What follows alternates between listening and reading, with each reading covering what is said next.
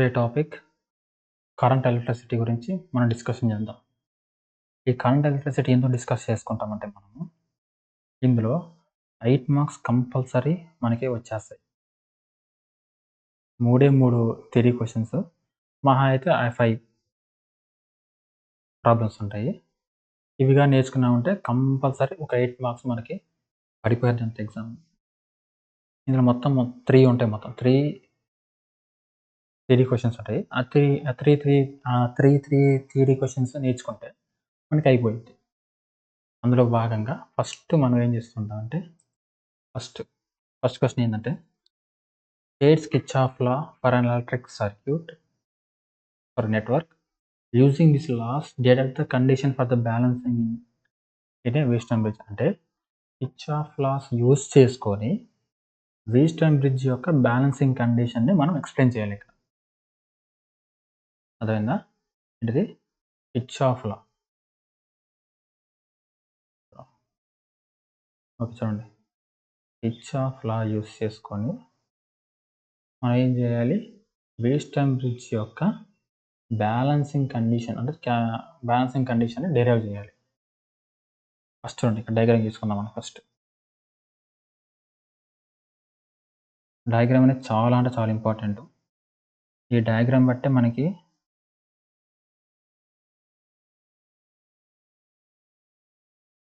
మొత్తం whole derivation ఉంటుంది. ఇక్కడ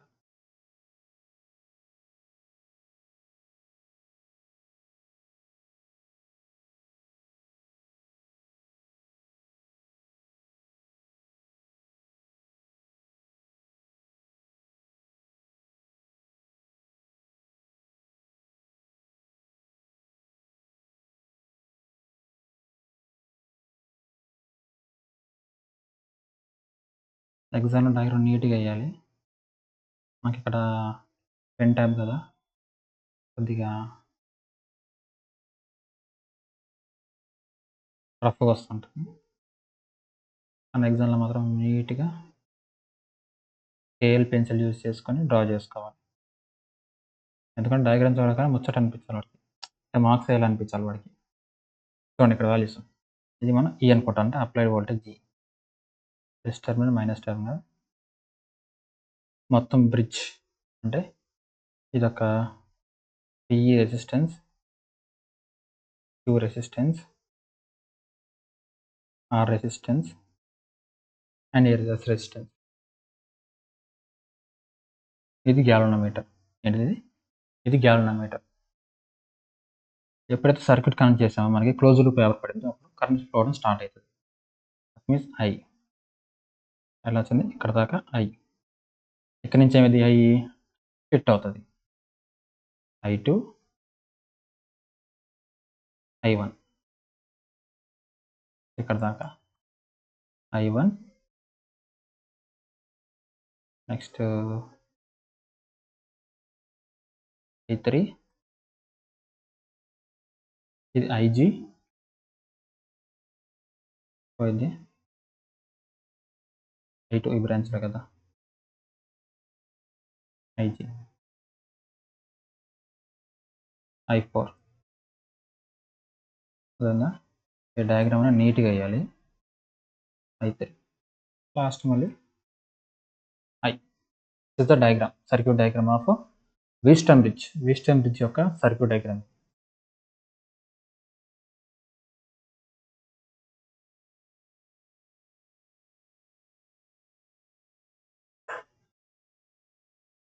ఇప్పుడు మనం మెయిన్ పార్ట్లోకి వెళ్దాం. అంటే కిర్చాఫ్ లా అంటే ఏంది, కిర్చాఫ్ లాస్ ఎన్ని రకాలు, అండ్ ఒక దాని నుంచి కిర్చాఫ్ లా యూజ్ చేసుకుని వీస్టన్ బ్రిడ్జ్ అనేది ఎలా డెరైవ్ చేస్తాం.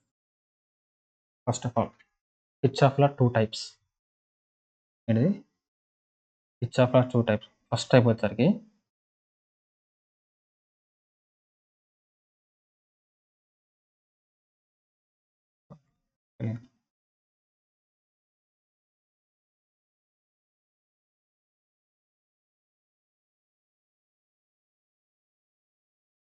కిర్చాఫ్స్ ఫస్ట్ లా.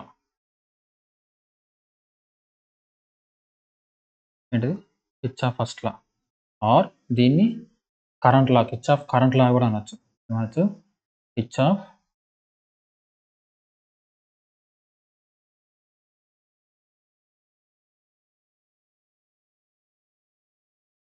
Current law. అంటే ఈ యొక్క కిర్చాఫ్ ఫస్ట్ లా డెఫినేషన్ ఏంటంటే ద ఆల్జీబ్రిక్ సమ్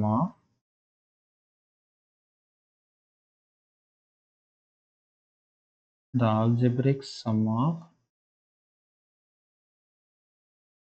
currents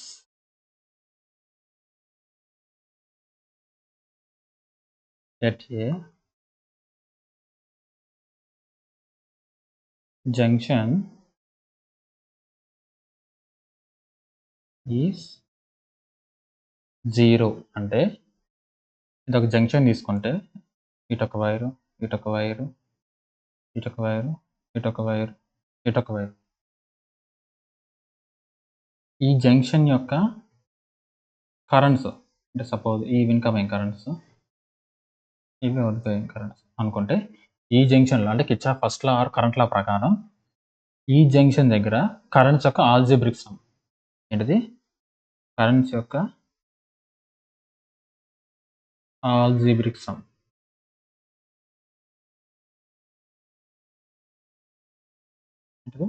0. దీన్ని ఎలా రాసుకోవచ్చు అంటే sum of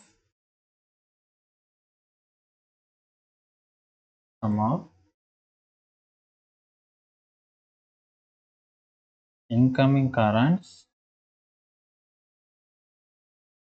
equal to sum of outgoing currents. అంటే ఈ జంక్షన్లో నాకు I1 I2 అనేది incoming currents, I3 I4 I5 అనేది అవుట్గోయింగ్ కరెంట్స్ అయితే అని అనుకుంటే మనం ఈ కిర్చాఫ్ కరెంట్స్ లా ప్రకారం ఏంటిది? కిర్చాఫ్ కరెంట్స్ లా ఏంటి? Some of incoming currents equal to some of outgoing currents.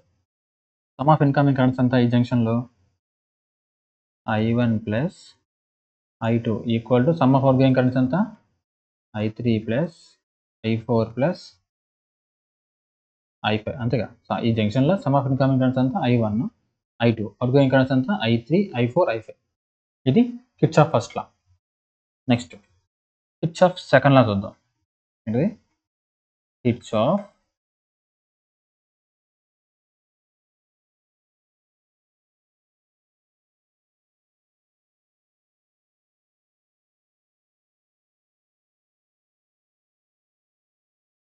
Second లా. దీన్ని ఏమనొచ్చు అంటే మనము వోల్టేజ్ లా అని కూడా అనొచ్చు. అర్థమైందా? కిర్చాఫ్ ఫస్ట్ లా ఫస్ట్ చూద్దాం. కిర్చాఫ్ ఫస్ట్ లా ఏమనొచ్చు? కరెంట్ లా అనొచ్చు. అండ్ కిర్చాఫ్ సెకండ్ లా ఏమనొచ్చు? వోల్టేజ్ లా అని కూడా అనొచ్చు. ఇప్పుడు చూద్దాం కిర్చాఫ్ వోల్టేజ్ లా అంటే ఏం చూద్దాం. ఇది కూడా సేమ్ అంతే. The algebraic sum of voltage drops in a loop is 0. అర్థమైందా? ఏంది? The algebraic sum of voltage drops in a loop is 0. Voltage drop అంటే మనకి ఏంది? I ఇంటూ ఆర్ఏగా. ఓమ్స్ లా ప్రకారం ఓమ్స్ లా ఏంది? V ఈక్వల్ టు IR అంతే కదా. వోల్టేజ్ అంటే ఆ రెసిస్టెన్స్లో ఫ్లో కరెంట్, ఆ రెసిస్టెన్స్ దాంట్లో ఫ్లో కరెంట్ వేస్తే మనకి ఏమొచ్చింది? వోల్టేజ్ డ్రాప్ వచ్చింది. ఎంత? చూడండి algebraic sum of voltages in a loop equal to 0. ఇది కిర్చాఫ్ సెకండ్స్ లా. ఏంటి? కిర్చాఫ్ సెకండ్స్ లా. ఈ 2 లాస్ యూస్ చేసుకొని ఏంది? చూడండి Kirchhoff first law and Kirchhoff second law use చేసుకొని మనం ఏం చేయాలి? ఈ వీస్టన్ బ్రిడ్జ్ యొక్క బ్యాలెన్సింగ్ కండిషన్ అంటే ఈ వీస్టన్ బ్రిడ్జ్ యొక్క బ్యాలెన్సింగ్ కండిషన్స్ అనేవి మనం డెరైవ్ చేయాలి. అంతేగా. ఏం చేసుకోవాలి మనం? ఈ బ్రిడ్జ్ యొక్క బ్యాలెన్సింగ్ కండిషన్ అంటే ఈ బ్రిడ్జ్ ఎప్పుడు బ్యాలెన్స్ అవుతుంది అని ఆ కండిషన్స్ మనం డెరైవ్ చేసుకోవాలి. ఫస్ట్ ఆఫ్ ఆల్ ఇప్పుడు వీస్టమ్ బ్రిడ్జ్ వాడదాం.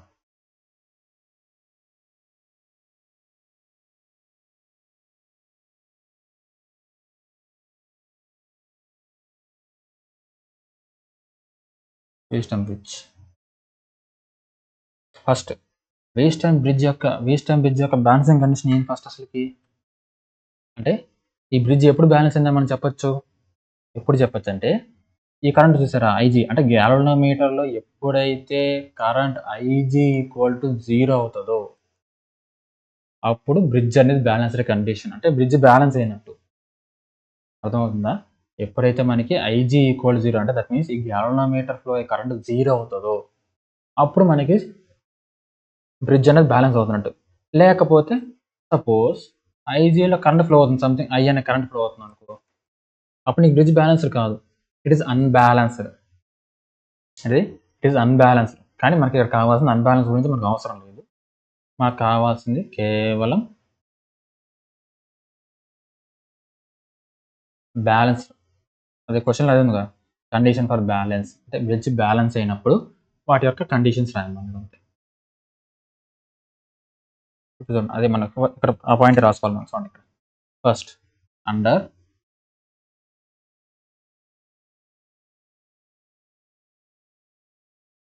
Bridge is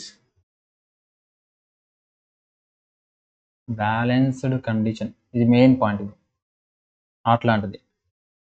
under bridge is balanced condition IG equal to 0 inverter commerce పెట్టుకున్నాను. దట్ మీన్స్ ఇది హైలైట్ ప్రాబ్లం, అంటే ఇది హైలైట్ పాయింట్ అని అర్థమైందా? Under bridge is balanced condition IG equal to 0. అర్థమైందా?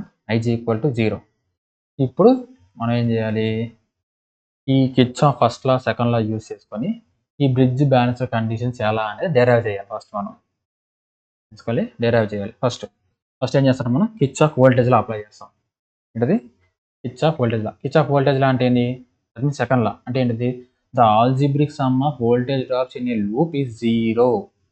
అంటే నేను ఒక లూప్ తీసుకుంటా ఇక్కడ.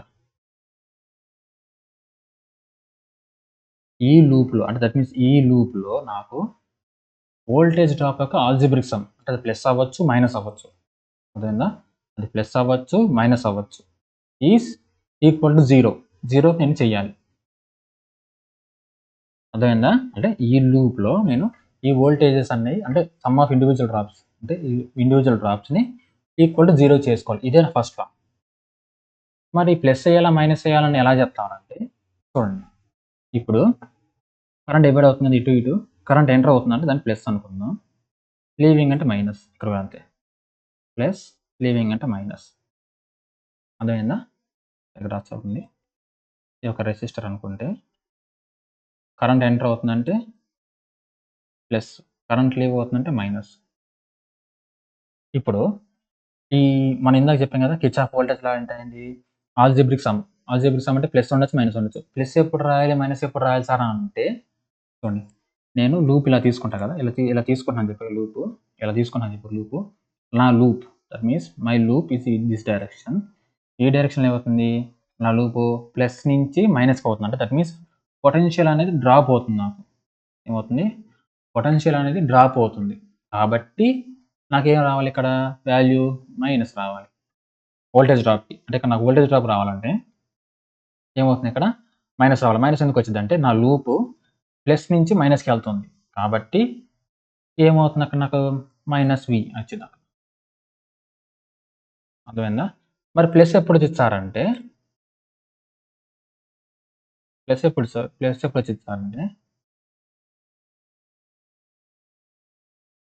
చూడండి,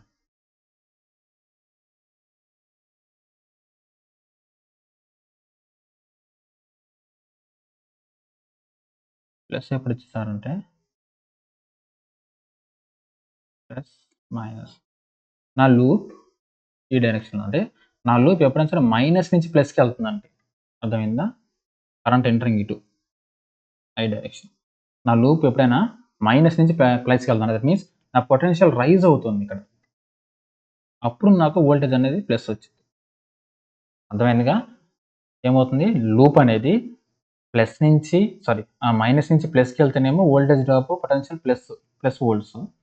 అదే ప్లస్ నుంచి మైనస్కి వెళ్తుంది అనుకో లూపు, అది మైనస్ వోల్టేజ్. ఇది కాన్సెప్ట్ ఏంది, Kirchhoff second law or voltage లాని. ఇప్పుడు చూడండి ఇక్కడ నాకు చూడండి ఎలా ఉందా, నా లూప్ ఇలా ఉంది అంటే ఈ డైరెక్షన్లో ఉంది కదా. ఏమవుతుంది ఇక్కడ నా లూపు ప్లస్ నుంచి మైనస్కి వెళ్తుంది. అది మీన్స్ ఏమవుతుంది ఇక్కడ నాకు ప్లస్ నుంచి మైనస్కి అంటే ఏమవుతుంది, వోల్టేజ్ డ్రాప్ అంతే కదా. మైనస్ అంటే నా పొటెన్షియల్ డౌన్ అవుతుంది. ఏమవుతుంది, పొటెన్షియల్ డౌన్ అవుతుంది. నెక్స్ట్ ఇటు రాండి, గ్యాలన్ పెడితే రెసిస్టెన్స్ ఏం లేదు కాబట్టి 0. నెక్స్ట్ ఇటు రాండి, ఇక్కడ ఏమవుతుంది చూడండి, ఇక్కడ ఏమవుతుంది, నా పొటెన్షియల్ రైజ్ అవుతుంది. ఏమవుతుంది, నా పొటెన్షియల్ రైజ్ అవుతుంది కాబట్టి ఇక్కడ నాకు వోల్టేజ్ డ్రాప్ ఎలా వచ్చింది, ప్లస్ వచ్చింది. అంతేనా, ఇక్కడ పొటెన్షియల్ డ్రాప్ అవుతుంది కాబట్టి మైనస్ వస్తుంది, ఇక్కడ నా పొటెన్షియల్ రైజ్ అవుతుంది కాబట్టి ప్లస్ వస్తుంది. ఇప్పుడు ఆ ఈక్వేషన్స్ ఎలా రాస్తున్నాయో చూద్దాం. ఇక్కడ ఇలా రాయని చెప్పేగా, first equation that means Kirchhoff second లాలో అప్లై లూప్. చూసుకోండి ఇది మనం ఇంకోటి ఇక్కడ మనం ఇవ్వడం మర్చిపోయామా, A B C D terminologies అంటే పాయింట్స్ అని అర్థం. A B C and D. చూడండి ఇప్పుడు నేను నా లూప్ ఎలా ఉంది, ఏ నుంచి సి నుంచి డి నుంచి ఏకి ఉంది. అది ఇక్కడ నేను రాస్తాను, ఏంటిది, అప్లై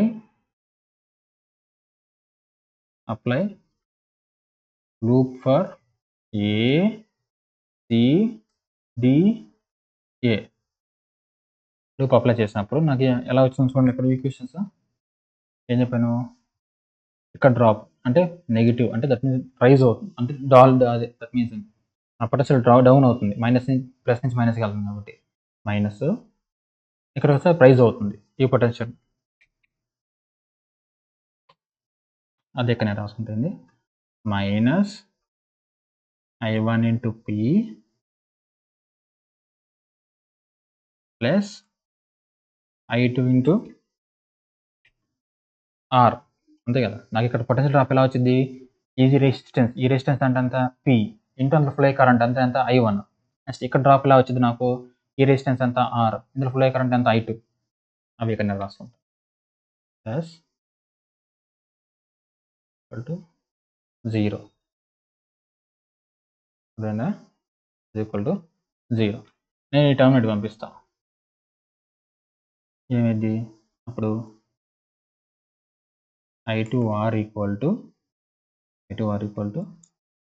I1P. ఇది ఈక్వేషన్ 1 అదేనా, ఇది ఈక్వేషన్ 1. నెక్స్ట్ ఏం చేస్తాను నేను, లూప్ ఇలా అప్లై చేస్తాను. చూడండి సేమ్ పాజిటివ్ నెగిటివ్, ఇక్కడ పాజిటివ్ ఇక్కడ నెగిటివ్. సో నా లూప్ చూడండి, నా లూప్ ఎలా ఉంది, పాజిటివ్ నుంచి నెగిటివ్ అంటే పొటెన్షియల్ డ్రాప్, ఇక్కడ ఏమవుతుంది మైనస్ నుంచి ప్లస్కి వెళ్తుంది అంటే పొటెన్షియల్ రైజ్, ఇక్కడ వోల్టేజ్ డ్రాప్. ఆ లెక్క దాని ప్రకారం అప్లై, ఇక్కడ కూడా అంతే, అప్లై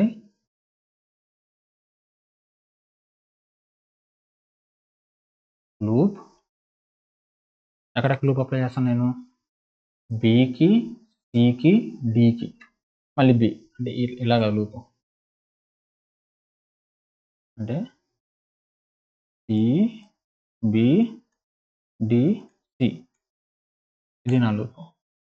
దాని ప్రకారం చూడండి మైనస్ I3 అందులో రెసిస్టెన్స్ ఎంత ఇక్కడ queue, I3Q minus I3Q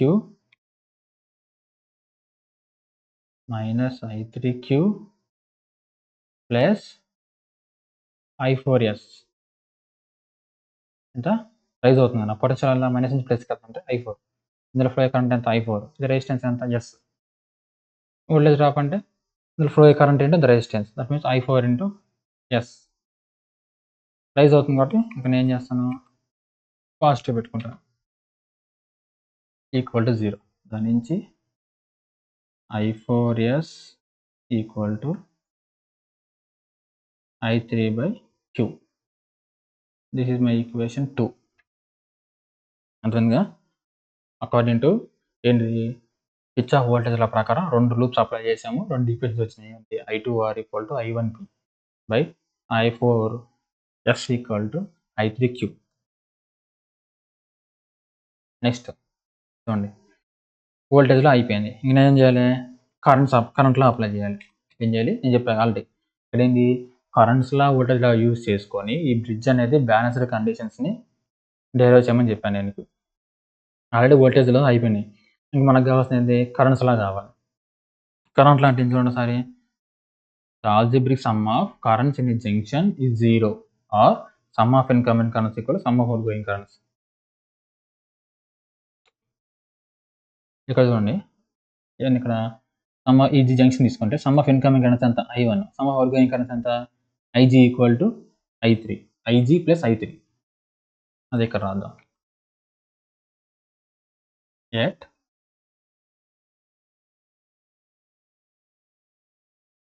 at junction C currents I1 = I3 + IG. అంతేగా. ఏంది, సి జంక్షన్లో సమ్ ఆఫ్ ఇన్కమింగ్ కరెంట్స్ అంతా I1, some of outgoing currents అంతా I3 + IG. అదేగా నేను రాసిన ఇక్కడ equation. at junction C I1 = I3 + IG. Next ఇంకో జంక్షన్ ఏంది, డి జంక్షన్ ఇన్కమింగ్ కరెంట్స్ అంతా I2 IG, I2 + IG, some of outgoing currents అంతా I4. అది ఇక్కడ రాస్తాం. ఏంటది, at junction D I2 + IG = I4. అదే ఇది ఈక్వేషన్స్. నీకు మనకి బ్రిడ్జ్ కండిషన్ ఏంటి, ఇక్కడ బ్రిడ్జ్ బ్యాలెన్స్ కండిషన్ అంటే ఏంది, IG = 0 అవ్వాలి. అర్థమైందా? IG = 0 అయితే బ్యాలెన్స్ కండిషన్. ఇప్పుడు మనం దీన్ని డిస్కషన్ చేసింది ఏంది, బ్రిడ్జ్ బ్యాలెన్స్ కండిషన్ అంటే IG = 0 కదా. ఇప్పుడు ఈ IG వాల్యూస్ని సబ్స్టిట్యూషన్ చేయాలి. ఏమని, IG వాల్యూ 0 అయితే IG వాల్యూ 0 అయిపోయింది. అప్పుడు మిగిలింది ఏంది, I1 = I3. ఇక్కడ కూడా అంతే, IG 0 అయిపోతే ఏం మిగిలింది ఇంకా మనకి, ఇంప్లాయిస్ I2 = I4. అంటే ఈ I3 వాల్యూ I1 వాల్యూ ఒకటే, I4 వాల్యూ I2 వాల్యూ ఒకటే. చూడండి డయాగ్రామ్లో. మీన్స్ ఈ I1 కరెంట్ ఇక్కడ దాకా వచ్చింది అంటే IG 0 అంటే ఈ I1 కరెంట్ మొత్తం ఇటు ఫ్లో అవుతున్నట్టు. ఇక్కడ చూడండి I2 కరెంట్ ఇక్కడికి వచ్చింది. IG 0 అంటే I2 మొత్తం దీంట్లో ఫ్లో అవుతున్నట్టే. అది కిర్చాఫ్ సెకండ్స్ లా. ఇప్పుడు ఈ 2 ఈక్వేషన్స్ తీసుకొని పోయి వీటిలో సబ్స్టిట్యూషన్ చేయాలి. అప్పుడే కాదు, డైరెక్ట్ కాదు, చెప్తాను చూడండి. డెరివేషన్లో ఫ్రమ్ ఈక్వేషన్ 1/2, ఫ్రమ్ ఈక్వేషన్స్ 1/2, 1 ఏంటింది, I2R2 = I1P1 అండ్ ఈక్వేషన్ 2 అంతా I4S = I3Q. From equation 1/2 ఏమొచ్చి I1 equation అంతా I2R1 I2R = I1/P. Second equation ఎంత, I4S, సెకండ్ ఈక్వేషన్ 2 చూడండి, I4S / I3Q. ఇది I3Q. అదేగా I2R = I1P / I4S = I3Q. ఇది మనకు వచ్చిన ఈక్వేషన్. ఇప్పుడు ఏం చేస్తావు, ఈ I3 ప్లేస్లో I1, I4 ప్లేస్లో I2 సబ్స్టిట్యూషన్ చేయి. అంటే I2/4 I4 అంటే ఎంత, I4 అంటే వాల్యూ ఎంత ఇక్కడ, I2 / S = 1/P / I3 అంటే ఎంత వాల్యూ, ఇక్కడ I1/Q. I2 cancel, I1 cancel. Next ఏమొచ్చింది ఇక్కడ R/S ఈక్వల్ టు P/Q. ఇది బ్రిడ్జ్ బ్యాలెన్సింగ్ యొక్క కండిషన్. ఇది P/Q అదే R/S ఈక్వల్ టు P/Q. కొన్ని టెక్స్ట్ బుక్లో ఎలా ఉంటుందంటే సేమ్ ఇంతే, కాకపోతే ముందు వెనక రాస్తాను. That means P/Q equal to R/S. ఎలా రాసినా ఒకటే. P/Q equal to R/S. ఇది బ్రిడ్జ్ బ్యాలెన్సింగ్ యొక్క కండిషన్. అంటే దిస్ ఈజ్ ద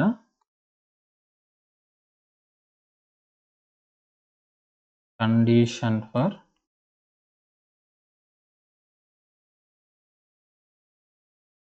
balancing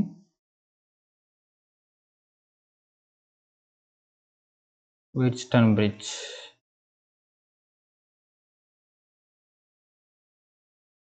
ఇది కండిషన్. మీరు ఇది ఓకే, కానీ ప్రాబ్లమ్స్కి వెళ్ళేటప్పుడు మనకి ఇక్కడ P=1, P2, P2=3 అట్లా ఏమి ఇవ్వడు మనకి. అర్థమవుతుందా? అలా ఇవ్వరు. అప్పుడు మనం ఏమనుకోవాలంటే చెప్తానండి. ఎలా అనుకోవాలంటే చూడండి, ఈ బ్రాంచ్ బై ఈ బ్రాంచ్ ఈక్వల్ టు ఈ బ్రాంచ్ బై ఈ బ్రాంచ్. అర్థమైందా? అంటే కండిషన్ చెప్తాను మీకు. అంటే ప్రాబ్లమ్స్లో మనకి P వాల్యూ అంత, Q వాల్యూ అంత ఇవ్వడు. డైరెక్ట్గా ఏం చేస్తాడు, పలానా రెసిస్టెన్స్ 4 ohms, 2 ohms, 3 ohms అని ఇచ్చేస్తారు. మీరేం చేస్తారు, P వాల్యూ అంటే మనకు తెలియదు, Q వాల్యూ తెలియదు. ఒకవేళ PQ ఇవి అప్పుడు అంటే ఫార్ములా ఏముంటుంది, P/Q ఈక్వల్ టు R/S. మామూలు ఫార్ములా మనకి. ఒకదానికి ఒకటి ఇంటర్చేంజ్ అనుకోండి, మనకు లెక్క తప్పిపోయింది. అందుకు మీరు ఎలా గుర్తుపెట్టుకోవాలంటే ఈ బ్రాంచ్ అంటే ఈ బ్రాంచ్ బై ఈ బ్రాంచ్ ఈక్వల్ టు ఈ బ్రాంచ్ బై ఈ బ్రాంచ్ అంటే R/S. అలా గుర్తుపెట్టుకోవాలి ఈక్వేషన్. అదైందా? అప్పుడు నీకు ఏంటంటే ప్రాబ్లం చేసుకునేటప్పుడు నీకు సింపుల్గా ఉంటుంది, ఎటువంటి కన్ఫ్యూజన్ ఉండదు, ప్రాబ్లం కరెక్ట్ వస్తుంది, తప్పుకోకుండా. అదేవిధంగా ఈ బ్రాంచ్ బై ఈ బ్రాంచ్ ఈక్వల్ టు ఈ బ్రాంచ్ బై ఈ బ్రాంచ్. అది వీట్స్టోన్ బ్రిడ్జ్ యొక్క వర్కింగ్ ప్రిన్సిపల్. ప్రజెంట్ ఈ రోజుకి ఈ లెసన్ చాలు, మిగతాది నెక్స్ట్ లెక్చరర్లో చూసుకుందాం.